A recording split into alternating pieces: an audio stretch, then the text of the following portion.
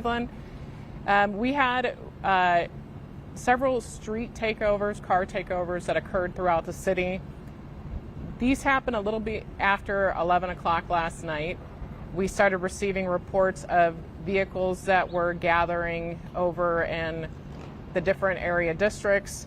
We had locations that were affected on West 25th and Lorraine, over at Rose's Plaza, 3250 West 65th.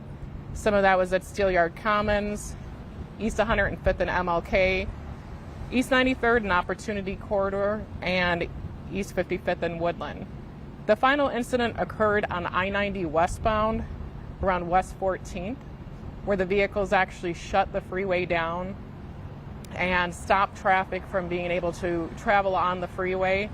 While they were out there, they did start shooting off fireworks and attempted to light fires throughout the roadway, but fortunately the roads were wet to prevent that from happening. During this incident, our officers responded to each of these locations. Late yesterday evening from our Fusion Center and our Real-Time Crime Center, we had received reports that there was somebody from Cincinnati that had organized a group to come up here to meet and for this event to take place.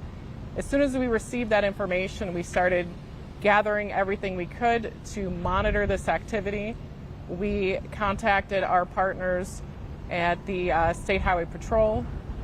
We also had information that they had stopped in Columbus at one point. We made contact with Columbus PD, but they were unable to locate them. So we were monitoring this activity to see if it was going to actually occur. And unfortunately, they did show up in the area. We do know that the vehicles involved, some of those were from out of the city, out of the area, but there were also local participants who, partook in this activity. During the incident, our officers responded to each location. They went out there and they tried to deter the activity. They tried to break up the cars from gathering, from spinning in the intersections. At different points throughout this, there were airsoft guns that were fired at our members, not actual firearms, but there were, one of our officers was struck with the airsoft weapon. We had reports that there were firearms pointed at citizens throughout this incident. There was also, fireworks throughout, aside from the location on the freeway.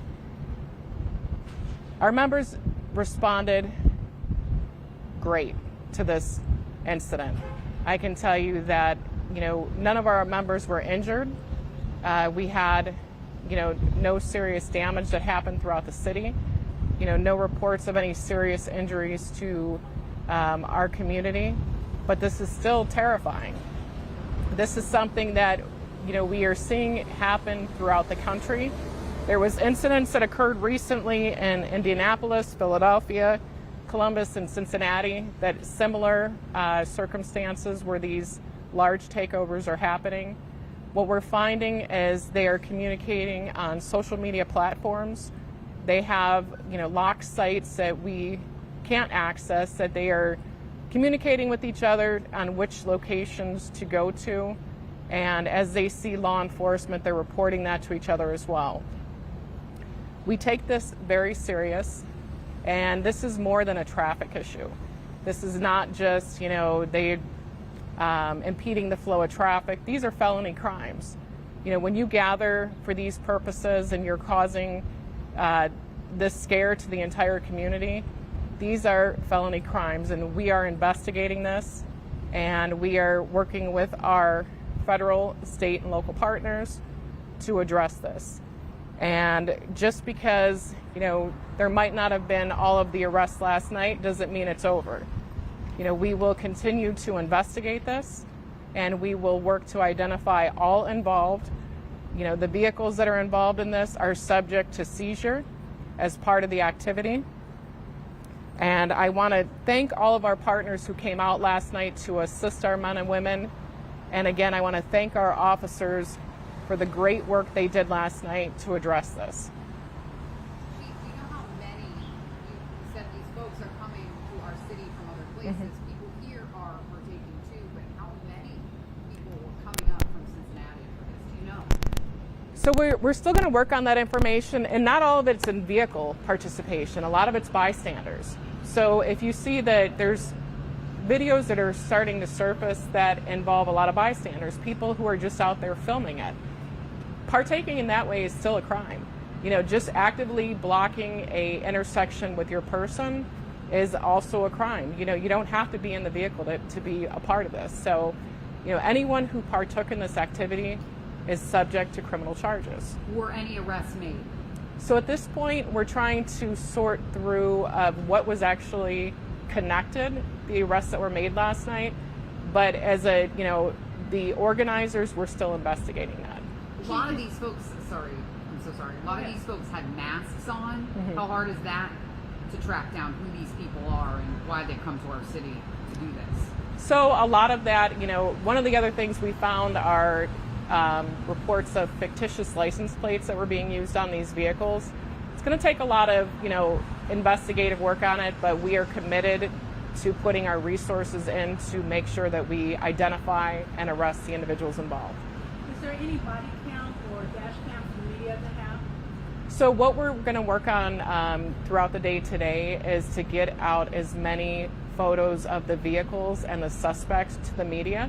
So hopefully sometime tomorrow we should be able to get you as much information, and we would hope that that information gets shared so our community can help to identify the individuals involved to stop this activity. When did you guys get the tip that something like this had happened? Late yesterday evening, and it was just, you know, an Instagram post that was out there. And as soon as we received that post, we actively started, you know, investigating that to see if there was validity to the posting and to get everyone alerted to watch for any cars that were coming in mass numbers. You said this was happening in different places, not just here. Has there been any information about why they're doing this? Is this just a trend, like another social media trend that people just like to do? Are they trying to send a message? It appears to be a trend. You know, you see this is a large social media gathering, you know, the following that they have. And the biggest thing they're doing is they're posting the videos everywhere, you know, and that's where you can find everything. The information is all available on social media. So if you have somebody that you're friends with on social media and you see they're posting this or they participated in that, we ask that you call and you let us know, because this activity affects everyone, and it's extremely dangerous, you know, not only for the participants, but for the bystanders and for just the community who's just trying to get where they need to go. And the disturbance that it causes to the community is ridiculous. You know, to have you know, in the middle of the night you hear fireworks going off, your tires screeching in your neighborhood. Nobody wants that at their front door. Yes? What is Cleveland Police going to do to deter this kind of organized action in the future? It's obviously taking to the streets and causing that is unacceptable. How are we going to do that with the lack of perceived manpower in the Cleveland Police Department? So the lack of manpower is always that word that comes up. We still have almost 1,200 officers here in the city. So, you know, that's a lot of officers. We have a lot of men and women doing really great work. And, you know, with anything like this, a lot of times, you know, we are reactive because we don't know about it ahead of time. But we do try to have that proactive response with our real-time crime center and our fusion center to research this activity and to see if we can get ahead of it.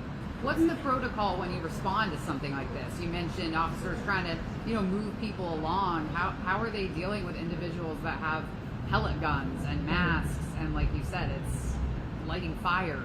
What are officers doing? So the primary thing that we talk about is safety. Not only the safety of our men and women, but the safety of the public. So when they're approaching these situations, if they are, you know, by themselves, it's one car, and they respond, and they're, you know, there's numerous people out there, you know, and there's not that immediate, you know, threat of life for somebody, then our, you know, expectation is that they have to take their safety into consideration first. And a lot of times what you'll see is the officers are activating their overhead lights, their sirens, to try and get them to break it up. And a lot of times that does work, but it doesn't always work. And it's a lot about manpower, you know, making sure that they have the backup they need, that, you know, they're waiting for someone to come out there, the assistance. And that's what helped last night, is the manpower. Our districts, all 5 districts, worked together. We had, you know, they assisted each other throughout the evening to make sure that they had enough backup. and that nobody was out there, on their own dealing with the situation. We heard from as far as Strongsville may have been called on to help with officers. Can you expand on that?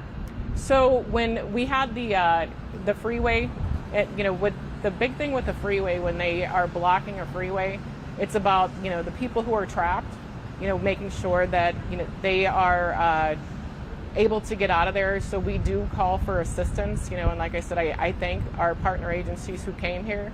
And sometimes it's a precautionary measure because the more police, the better. And we always, are open for any assistance from our partner agencies.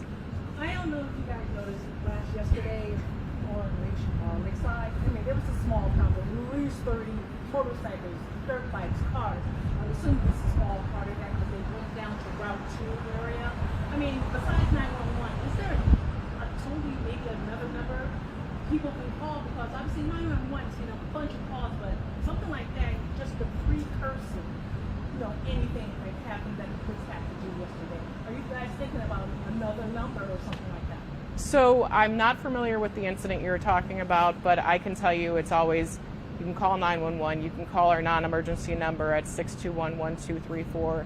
You can call one of the police districts if it's something that you know about is coming. You can call any of the police districts and let them know as well. Just any information that anyone has, or anyone, if you have information about something that may be coming as well. What's your message to those people? People came from Cincinnati. We're about to have playoff baseball. We love a vibrant downtown. What's the message? We at the Cleveland Division of Police are committed to making arrests for the incidents that happened last night, and anyone considering to come here for that type of activity. It is not acceptable in the city of Cleveland. It's not acceptable anywhere. This is dangerous, and this is, you may see this as a fun activity, but someone will get hurt if this continues. And you have to take these, vehicles, they're thousands of pounds, could potentially kill themselves or somebody else. We take this very serious, and, we are committed to investigating and making arrests with this. It sounds like one last question, okay, then we're done. Sounds like they're pretty advanced system with the online locked out groups. They're organizing this. They're using fictitious license plates. What's the plan to get a handle on this? So weekend? We have, we're setting up, what we call, a task force to address it internally, but we also are going to work with our federal partners for best practices. This is something we've been researching since we've known it's happening throughout the country. We've been talking to, bigger cities throughout the country to see how they're addressing it, to make sure we're doing, the best practices here as well. With this, Yeah, go ahead, just one more. okay. So obviously with the pellet gun situation, that's obviously incredibly dangerous. It's a miracle shot. Were there any directives given to your officers about use of force during these incidents? I can tell you that for the incident last night, these incidents happened. We weren't given directives of what not to do in these situations. The officers are trained, and they're trained very well, and they will, they know what our use of force policies are, and these things are situation based. And sometimes when you're pointing a pellet gun at somebody, it's, how do you determine what is a pellet gun and what is a real firearm if someone's pointing it at you? And those are hard determinations, and that's a very risky behavior. Thank you. Thank you, everyone. Like Chief mentioned, we're going to try to get some images out to you guys as soon as we can. I'll make sure you guys all get them. Do you have any stat numbers about how many officers were called in? Not at this point. Okay. Okay. Thank you.